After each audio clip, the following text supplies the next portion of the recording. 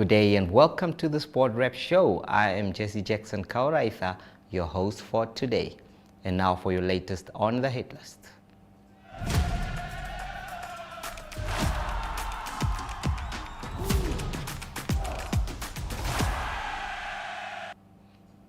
The Debmarine Namibia Premiership title race is intensifying as the top two teams are expected to go out all guns blazing in the next few weeks. Khomas Nampo FC has found the going tough in the past couple of weeks, which has seen them dropping to third in the title race over the weekend, while leaders Ongos FC and defending champions African Stars look set for a grand finish in the remaining matches of the season. The police team failed to gain any points this past weekend, adding up to 4 defeats in the space of 1 week, which leaves them chasing the leading pack. The results seem to indicate the police team, promoted into the NPFL for the first time, is showing signs of fatigue towards the end of the season after having dominated the first leg of the season. Their main goal was to avoid relegation, but experts and the public began to tip the club for potentially having a fairy tale end towards the season. Coach Fortune Ehab admitted it was a weekend to forget for the club following losses by 3-0 to Ongos FC and 2-0 to Young African. As things stand, the police team are 5 points off the top, also 4 behind second place African Stars, who have been in a 3-horse race to retain their premiership title. Log leaders Ongos FC is however showing no signs of slowing down going into the final months of the season, securing 2 wins last weekend.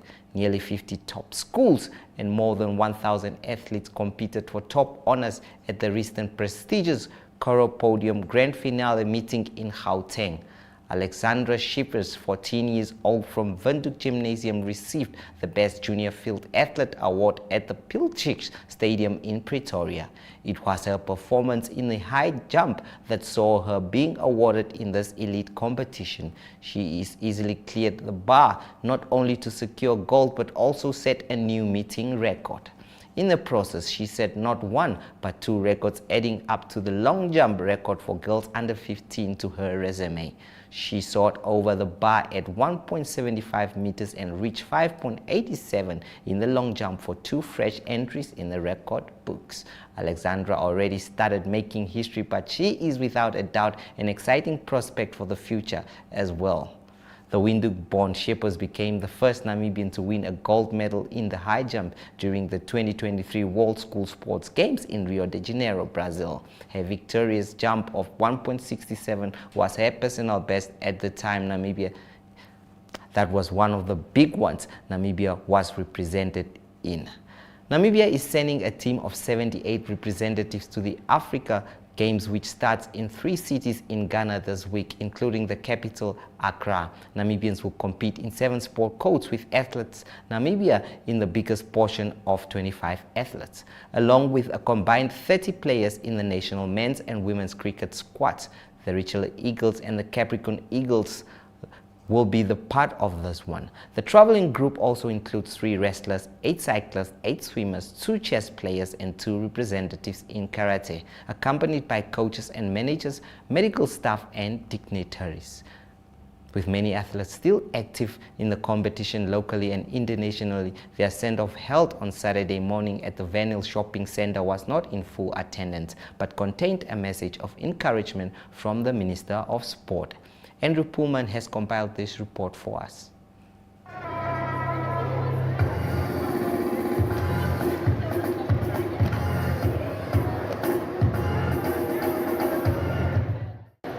Ladies and gentlemen, as our team departs from Accra, Ghana, know that the entire nation stands united in support of your endeavors. Your achievements will not only bring glory to Namibia, but will also serve as a testament to the indomitable spirit of our people. May you compete with passion, grace, under pressure, and unwavering determination, knowing that you carry the hopes and aspirations of a proud and resilient nation. On behalf of the government and the people of Namibia, I wish you all the best of luck and success in the 30th Africa Games make us proud, inspire the world, and return home as champions in every sense of the word. Thank you and Godspeed. And now, before we have coaches, managers, I think it's clear to all of us. We have to be disciplined, we have to work together, we have to make sure that we give an example, and it's clear that went from our Honorable Minister. And from here now, let me take this opportunity now. Our Honorable Minister is going to hand over the flag to Esther Abraham from the West Wing. Honorable Minister.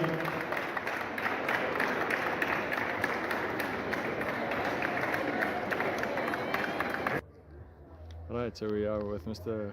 Abner Gwagoop of the Olympic Committee. You just had the media event and the send-off of the team going to the Africa Games. Yeah, so what are your thoughts on this upcoming trip to Ghana and the prospects for Namibia? Well, it is 13th African Games, and it's gonna be another opportunity for Namibia to showcase itself on the continental arena. We have been participating in the African Games up to now. We have collected over 56 medals at the different games which we have attended. The point is that, I mean, can we add to those numbers? So that's the excitement which is there. Then these games also will serve as a qualifier for some of the federations. It will also impact the ranking of some of the federations and the disciplines, which is important for us, because now that we are realizing with the international federations is that qualifications are not only by winning titles, silver or medals, it's also determined by the ranking. So the ranking is important, and it is also important for us as a country to realize that we need to send our teams and athletes to ranking events where their ranking can improve, because if they are in the top 20, they automatically get qualifications to the Olympic Games, World Championships, and so forth. So from that perspective, these games are very important for us, and I'm very happy that the government is investing in these games, and then the Olympic Committee and all the umbrella bodies, Sport Commission and so on. Okay, so you mentioned qualifying. So am I correct in saying that so this is not an Olympic qualifying standard of event for any of the codes that are going? No. There are codes where we have Olympic qualifiers. Say, for instance, let's take athletic. Athlete goes and he runs after beneath 10 seconds, 100 meters. Automatically, that's a new record. So certainly that athlete will be considered. What the World Athletics will do is that come back and say that, okay, we add all the elements in place according to standard. There was no wind aiding this athlete. The meters which were used up to standard. You know, all those elements will be considered then by the World Athletics, and based on that, basically, the athlete then can be ranked, and subsequently that record can be considered, and then that athlete will certainly qualify and so on. So that is from the one angle which you do. With the other federations which we have, like wrestling, it's basically not a qualifier. The actual qualifier for Olympics will be in Egypt 4 days after the opening of the African Games. So our wrestlers will be participating at the African Games, and then they will move from from Ghana to Egypt, where they are actually going to participate in the African Championships, which is basically an Olympic qualifier.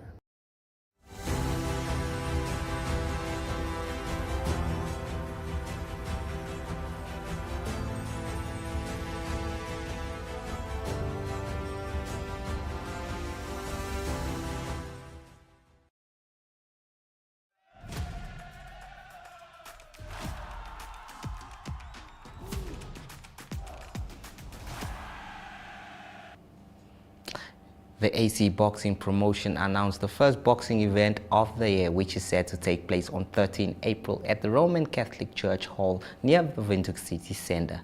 An eagerly awaited highlight will be Walter Kautondokwa, known as the Executioner, who returns to boxing after being absent for about 4 years. The former world title challenger built up a significant following during his impressive streak of knockouts on his way to a WBO African title and the world stage. Kautondokwa said, "I've been traveling around and doing all sorts of other things in my time off, but now I'm back."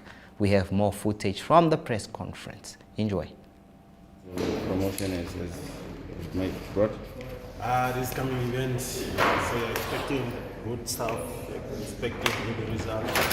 So I'm so excited to get back. I'm so excited that I'll still win this fight on the 13th of April. So it's gonna be a good fight, it's gonna be a good card. So it's not only me who's going to be there, it's going to be a lot of guys that are going to fight, a lot of youngsters that are coming now. So I'm really excited, guys. Very excited, and all I'm saying is just that let the people, Namibian people, come in number to support us and enjoy boxing. It's been a while. I didn't fight. What have you been doing this? So I've been it was just a break. I was just enjoying myself, you know. I was just enjoying myself here and there. So, but now I'm back, and yeah. In preparations, how have you been preparing for your opponent? The preparation is going well, so it's not that. So we are working hard. We are working hard. We are in the gym, and yeah, you will see on the night fight. Right. That's it. Good luck. Thank you very much.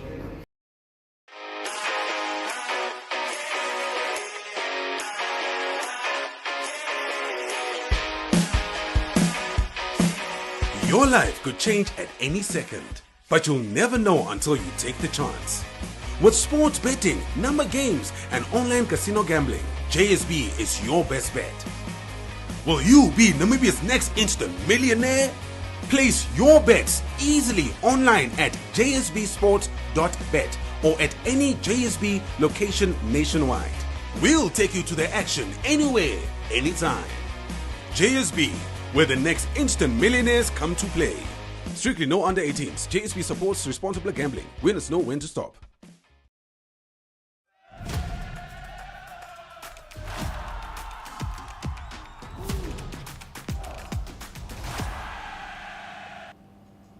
And now in your Golden Oldies segment, where we talk to some of the legends of yesteryears. We do have today, we bring back one of Namibia's football legends, Ricardo Manetti, as our Golden Oldies.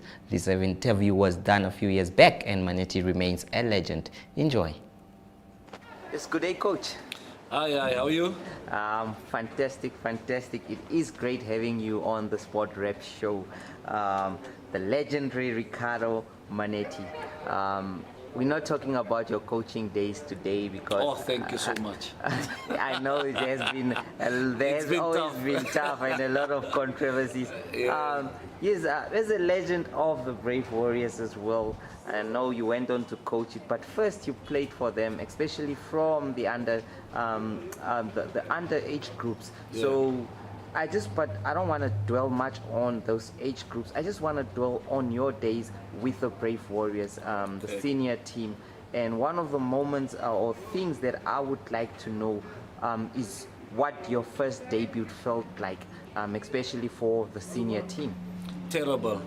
It was a disaster. I was, firstly, it was a shock to me.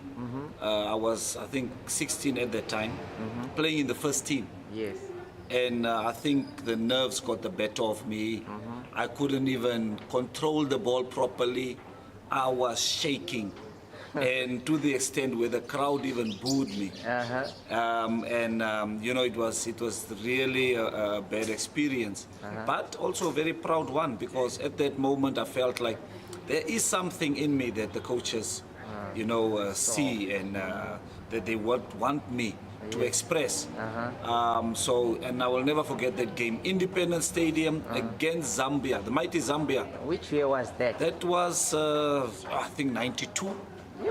1992, way back. And you know, there were players, you know, the players of the previous era, your Mike Peterson, Tolly van Wyk, I think Tolly was the captain. Donkey Majid, you know, guys like that of the previous, and we were now the youngsters coming in, and I was the youngster that got introduced. So you spoke of the crowd. We look at today's crowd that attends matches. Yeah. But if you take us back to that day, was it a fully packed Independence Stadium?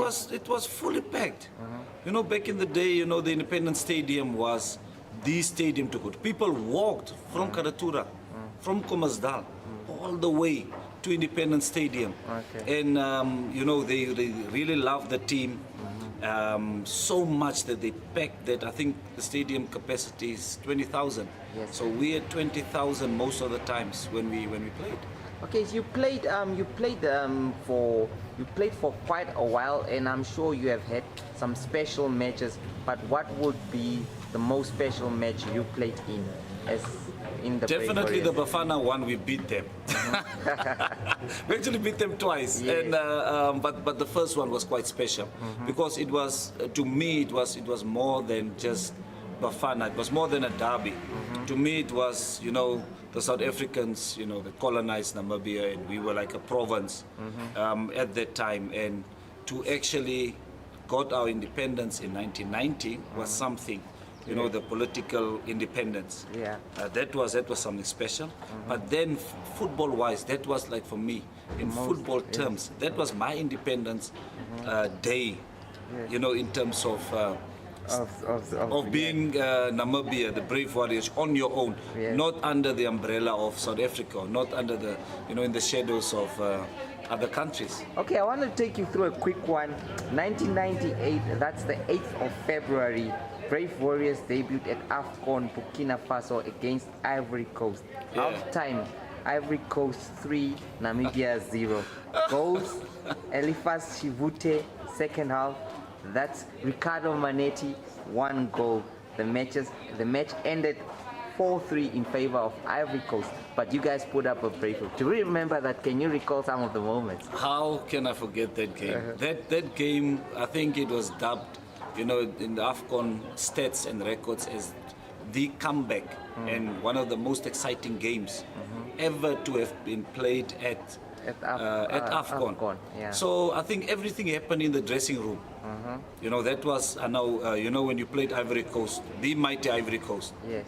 And we went into the dressing room, and I think everything, the magic happened in the dressing room. Yeah. And most of the times people don't, I think somewhere, somehow, every fan would like to be that fly on the wall in a dressing room, because a lot of things happen there. The coach is on your case, or the coach is not even saying anything, or sometimes it's just a player coming through, and in that case, you know, we had a lot of fights in the dressing room. One of the things is that you guys went 3 goals, I mean, down. Yeah. Was this part of something you guys expected in the match, or were you guys caught by surprise? And we knew the game was going to be tough, but you know, at that time we thought that we've matured to the extent where those 4 zeros and 4 ones are not, it's not going to happen again. Yeah. But then boom, here it happened at AFCON. So when we got into the dressing room, it was, you know, it was a Diermekaar dressing room.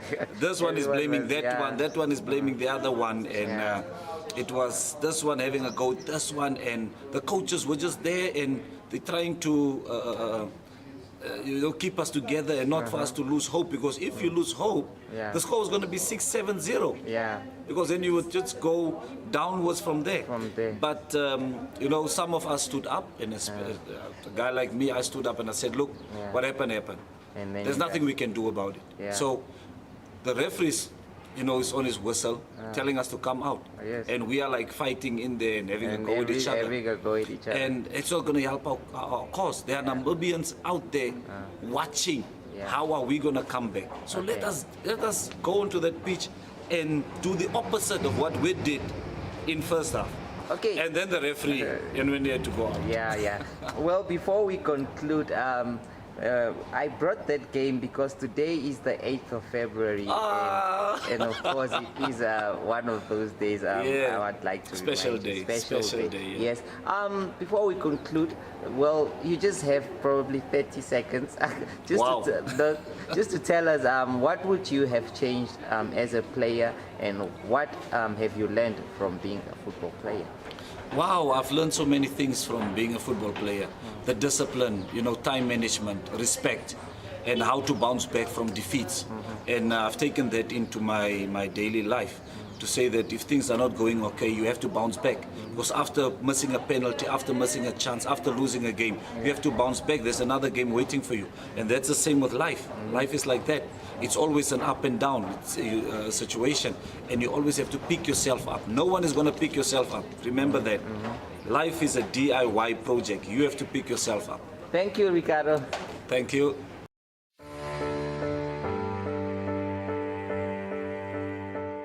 From the day you were born and welcomed until your pensioner years on this earth, your life is filled with changes and phases. What mattered the most at age 10 may be an unknown memory at 25. The heartbreak at 16 may be replaced with wedding bells at 27. The degree you've always wanted or starting your career business may come true at age 30. And the dream to own your own home may come to realization at age 50. Whatever stage you find yourself in, whatever matters right now, Standard Bank has what you need to bank like you. Choose your own path. Choose endless possibilities. Standard Bank, it can be.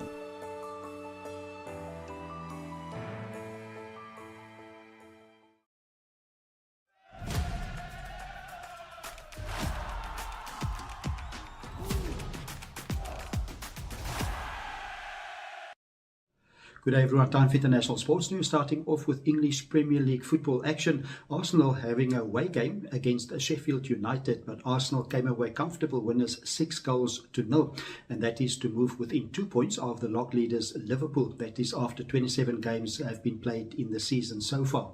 It was Arsenal that was close to unstoppable in the first half. They scored 5 goals within the first 39 minutes, and in the end won comfortably by 6-0.